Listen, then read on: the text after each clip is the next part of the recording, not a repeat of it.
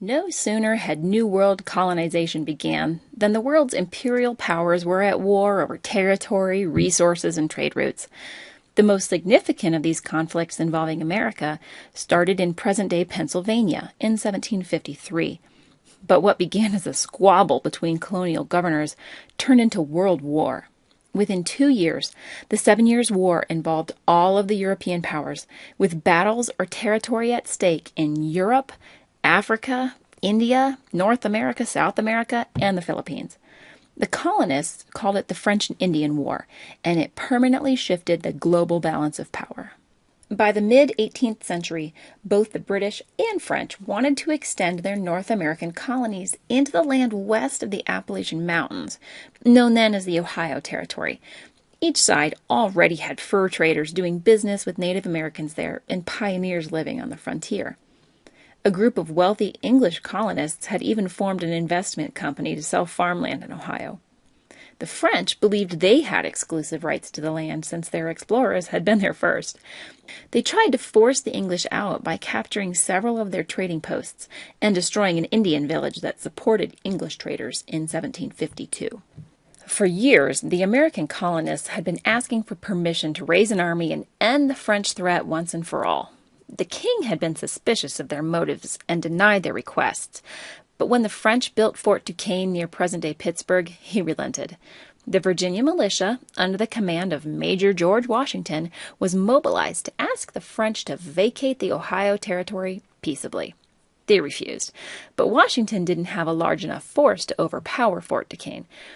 Now Colonel Washington returned the following year with more men and proceeded to build his own stockade nearby, called Fort Necessity. The French captured the new fort, and when word reached England, King James declared war. The year was 1756.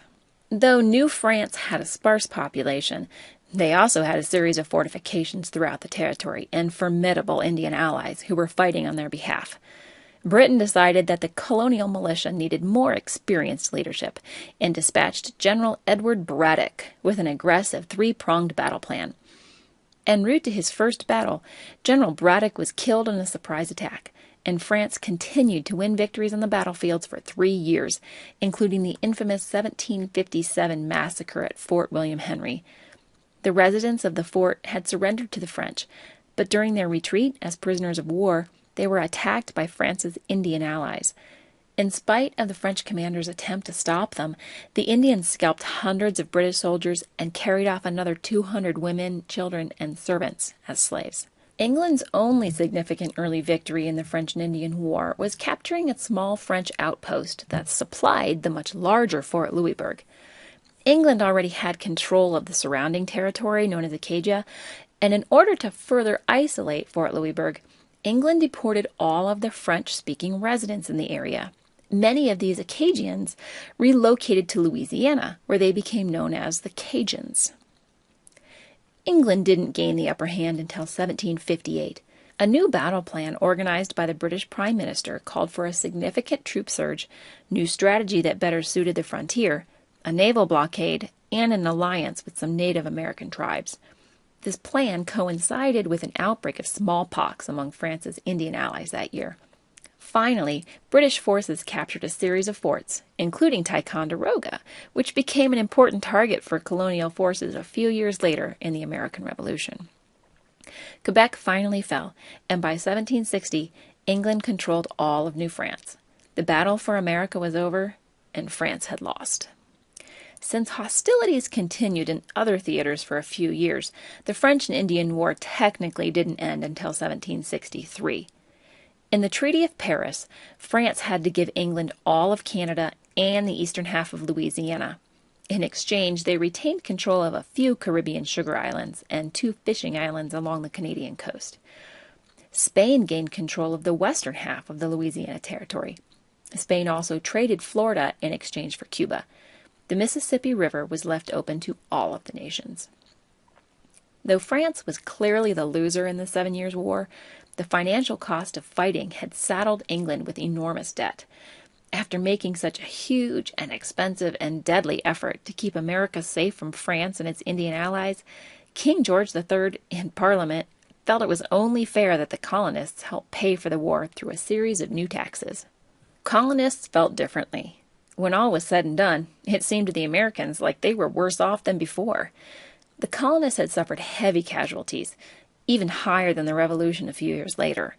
Worse yet, even though Britain now controlled all of the land between the Atlantic Ocean and the Mississippi River, the King's Royal Proclamation of 1763 prohibited settlement beyond the Appalachian Mountains, the very reason the war had started in the first place. And though many colonists gained valuable military experience, they chafed at their treatment by English officers and the difference in their pay from British regular soldiers. They resented the new taxes, which the colonial assemblies hadn't authorized.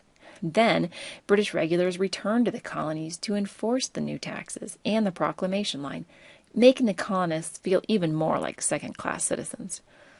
In the end, the most significant effect of the French and Indian War may have been the changed relationship between the colonies and England. Let's review.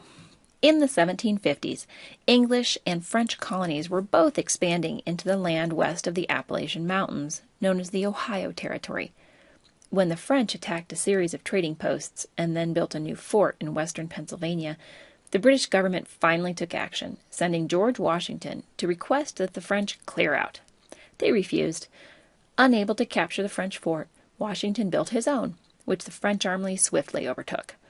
The French army and their Indian allies dominated the battlefields of the French and Indian War for 3 years until a change in British leadership, paired with an outbreak of smallpox among the Indians, gave the English the upper hand. By 1760, British soldiers controlled all of New France.